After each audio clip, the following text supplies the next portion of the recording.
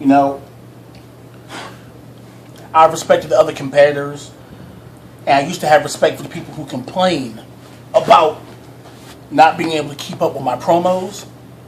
To keep it fair around here, I tend not to do more than one a day. One every other day. So for me to do 2 in one day, you have to know that I have something to say. Now, if you still care about the storyline, Mike Brown has challenged me to a match where I get to pick any stipulation I want. I've already beaten him, then beat him in an I Quit match, and then I cost him and his tag team partner the titles. And I'm going to explain all that in a second. But first, my primary focus is you, Kedrick, CEO. You are walking around with something that belongs to me. Let me show you something. Tweet from the CEO. Accomplishment. I done. Mike Brown. I'm a tag team champion and a world champion. I've outdone Mike Brown. In 2 pay-per-views, I'll retain my belt and I will surpass Mike Brown as the longest reigning champ in DMVF history. You see that? No comments. And I'm going to tell you why. First, I'm going to show you this. People, you can't hide from the 16. Look at these competitors. Nate, new champion. Jay O'Neal, former champion. Brandon Moore, former tag team champion. Jonathan Young, former world champion. Joker J, Mike Brown, former world champions. Brian Green, franchise. Chico Dusty just got out of a whole... Man, these are the who's who of world champions and former world champions when it comes to the DMVF. And none of them commented. Do you know why? Because they don't care. They all know what everybody knows in the DMVF. I am the uncrowned world heavyweight champion. Even though Kedrick's got the gold, no one's jumping out, oh, I want my shot at the title. No, everybody wants to get with the NWO. Everybody wants to see what the Big Hurt is doing. Kedrick, you are walking around with something that belongs to me. I told you a long time ago, do the right thing. But since you couldn't do it, I'm going to do it for you.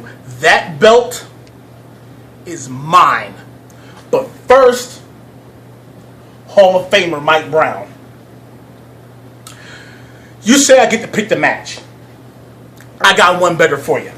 Since I'm the only person that you've never beaten, and I like the fact that I've beaten the Hall of Famer, I'm going to let you pick the match on one condition. If you pick that match and I beat you in it,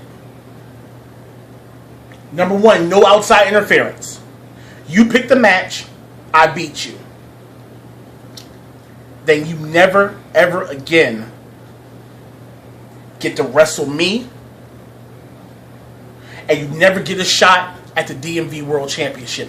That means, I could ask for your career, but that's too easy. It would make it too predictable. No more title shots, no more matches against me. You know what that means? That means that no matter what happens, you will walk into the Hall of Fame having never beaten me in a match. So the choice is yours.